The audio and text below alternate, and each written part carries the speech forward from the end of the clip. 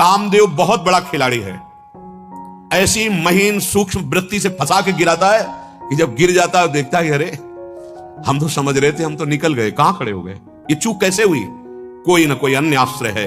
नहीं, भगवत आश्रित के सामने ऐसे आ जाते हैं भगवान। करूं सदा तिनके रखवारी, जी में बालक राखे महतारी। कई बार मन की चंचलता को देखा है और भगवान की कृपा को देखा है। बचपन से इसी मार्ग में ना देखा है इस बेईमान की बेईमानी को और देखा है भगवान की कृपा को। विश्वास कीजिए, जब तक रसेंद्री अच्छे अच्छे पदार्थ खाना चाहती है और जनेंद्री भोग भोगना चाहती, तब तक भगवदानंद का लेस नहीं प्रकट हुआ। और जिस दिन भगवदानंद के लेस की बात जाने दो लगन लग जाएगी तो ब्रह्मादिक के भोग सब विश्रम लागत ताई।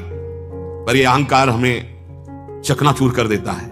जैसे एक साधक आए थे, उन्होंने कहा 6 महीना से आपका सत्संग सुनता हूं काम पर, हमने विजय प्राम का भैया शांत रहे शांत रहे।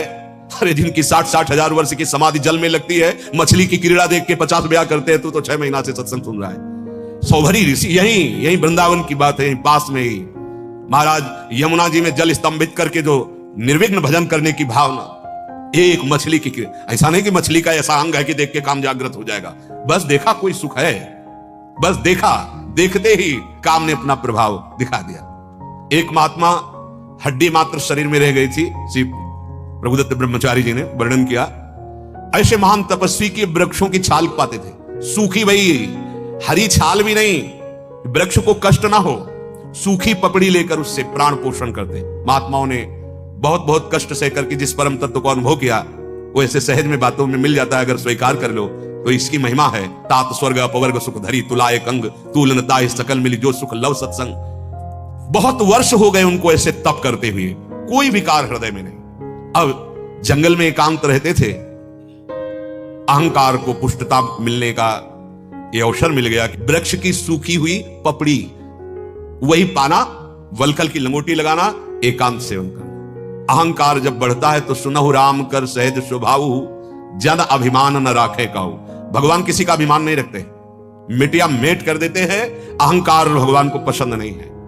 अब वो अहंकार बढ़ने लगा, जहां अहंकार बढ़ा तहां विकार बढ़ना शुरू हो जाते हैं।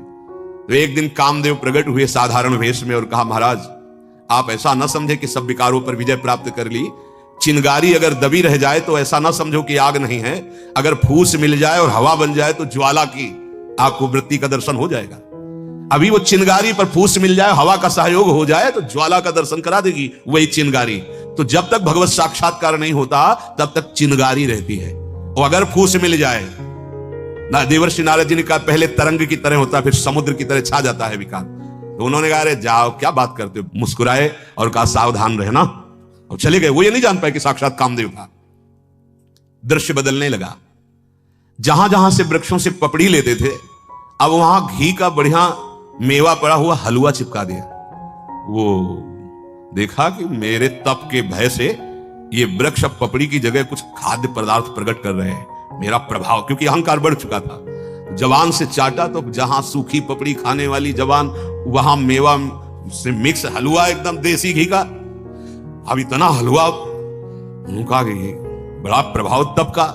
दूसरे दिन देखा कि कई वृक्षों में, बोले पूरा वन मेरे अधीन है। अब कई जगह चाटा तो 200-250 ग्राम तो हलवा पहुंच ही गया। अब हड्डियों में चिकनाहट आने लगी, रक्त बढ़ने लगा, मांस बढ़ने लगा। रोज उनको बस यही आभास होता कि मेरे तप के प्रभाव से वृक्ष ऐसा खाद्य पदार्थ प्रकट कर रहे हैं। एक दिन वो जब गए तो हलवा नहीं लगा हुआ था उसमें। तो कहा आज क्या हुआ? तो देखा कि छमछम की आवाज आ रही नूपुरों की। तो उधर देखा तो एक स्वर्ण के कटोरा में लिए हुए एक नव युवती आ रही। तो कहा तू कौन है? तो कांपने का नाटक, महाराज मैं आपसे बहुत भयभीत हूं। क्यों? आज विलंब हो गया। किस बात का? मैं ही ये तो हलवा लगाती थी। अच्छा तुम हम पे इतनी श्रद्धा करती हो? तुम डरो मत, निर्भय हो जाओ, लाओ कटोरा, पूरा हलवा। अब वो इतना स्वादिष्ट, क्योंकि अहम का ऑपरेशन होना था। ताते करें कृपा निधि दूरी, सेवक पर ममता आती पूरी। अब जब हाथ से हलवा लिया और पाया, अब वृक्षों में नहीं लगता, एक झोपड़ी पर्णकुटी थी, मैं कुटिया में पहुंच गया, सामने हलवा का कटोरा, वो नवयुवती और कोई नहीं, साक्षात काम। महाराज अरे थोड़ा बैठो तो, कहां से आती हो तुम? बड़ी श्रद्धा हम पे रखती हो, रोज देख रहे हैं इस जंगल। महाराज जब से आपका तप प्रभाव हमने सुना यहाँ के सब ऋषि महात्मा, तब से मैं न्यौछावर हो गई हूं आपको। आपकी चरण दासी हूं, बस आज्ञा के लिए मैं इंतजार कर रही हूं, कभी सेवा का अवसर इतना समर्पित हो तुम? हां, कोई परिवार में बस एक बूढ़ी मां है। तुम्हारा ब्याह हुआ? महाराज नहीं, ब्याह नहीं हुआ। अच्छा, तो अगर हम चाहें तो? बस बस महाराज, मैं समझ गई, मैं तो आपकी दासी हूं, आप चाहो भर, मैं तो सेवा में ही हूं। अब उनके हृदय में तपस्या फलीभूत हो गई। इतनी सूखी पपड़ी खाई, देव सुंदरी हमको अब मिलेगी, और रोज ऐसे हलवा नहीं। बड़ी बड़ी कृपा को भी संभाल कर देखना। अब वो तो फिर शास्त्रीय पद्धति से वन को हम साक्षी मानकर देवताओं को तुम्हारा पाणी ग्रहण संस्कार स्वीकार करते हैं। महाराज, एक शर्त है, घुटने के बल हो हमारी मां तक चलो। मां बड़ी जिद्दी स्वभाव की है। वो कहती है हम दूल्हा उसी को तेरा बनाएंगे जो तेरे अधीन होगा, और ये मुझे दिखाना है कि आप मेरे अधीन हो। बोले तो सब ऋषि मुनि जंगल के और जो भी हैं वो देखेंगे। महाराज, अब अगर इतना आपको ये पसंद है कि हम आपकी सेवा में आए, तो इतना तो आपको करना पड़ेगा। और महाराज, समय हम बताएंगे, अभी नहीं।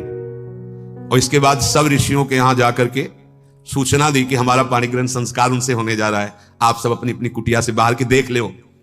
अब महाराज के ऊपर जैसे घोड़ा महाराज बन गए बैठे, और ऐसे घुटनों के बल, वहां कोई मां नहीं, कोई। इसके बाद ऋषियों के सामने उतरे, 5 फूलों का बाण धारण किए हुए। बोले, देखा, ये तो कहे कि तेरी विशुद्ध तपस्या तो मैंने भ्रष्ट तेरे को नहीं किया। जानता है मैं कौन हूं? ना मैं सुंदरी हूं, ना मैं वो बूढ़ा हूं, मैं साक्षात कामदेव हूं। महाराज, कभी अहंकार नहीं, अहंकार नहीं। भगवान का यदि दिव्य आश्रय है और नाम जप है तो दैन्यता बढ़नी चाहिए, साधन पक्ष का अहंकार नहीं। अगर आपके अंदर भगवद आश्रय दृढ़ नहीं हुआ तो कह रहे हैं कि शिश्नोदर की भरनी, ये 2 बहुत शत्रु बड़े हैं इंद्रियां, एक रसेंद्री और एक जनेंद्री। ये ऐसे चौड़े पे मारते हैं जहां कोई बचाव पक्ष नहीं होता, केवल श्री भगवान होते हैं। इसीलिए एकमात्र भगवान का आश्रय, जे विधि होए नाथ हित मोरा। हमारी बुद्धि का क्या भरोसा? कभी किसी क्षण तो ऐसे वैराग्य में रहती हो, कभी किसी क्षण ऐसे भोग वासना में रहती, नहीं भरोसा। भरोसो दृढ़ इन चरणन केरो। जब तक भगवान के चरणारविंद का भरोसा नहीं होता, ये हमारी बुद्धि कभी भी धोखा दे सकती। व्यास आस जो लगी है तौ लगी हरि ना।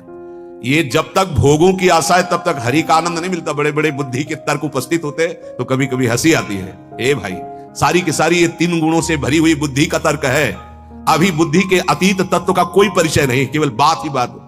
जो बात की बात है, अभी वहां नहीं पहुंची त्रिगुणातीत में। सहज प्रीति तभी उत्पन्न होगी जब तक विषयों की आशा है, तब तक नहीं। सहज प्रीति के बिना हरि का विश्वास दृढ़ नहीं होता, हरि का अनुभव नहीं होता। और हरि का अनुभव हुए बिना ये विकार किसी को बख्शते नहीं है, क्योंकि ये भी हरि के बल से है, ये भी हरि के पार्षद हैं। कामदेव अवतार ले रहा है, भगवान श्री कृष्ण जब अवतार लिए तो प्रद्युम्न जी के रूप में। प्रद्युम्न साक्षात कामावतार भगवान प्रद्युम्न। भगवान ही हमें बचा सकते हैं। इसलिए हम भगवद आश्रित होकर जैसी शास्त्र सम्मत भक्ति का वर्णन है वैसा हम स्वीकार करें, नहीं हमारी बुद्धि मोह रूपी दलदल में फंस जाएगी।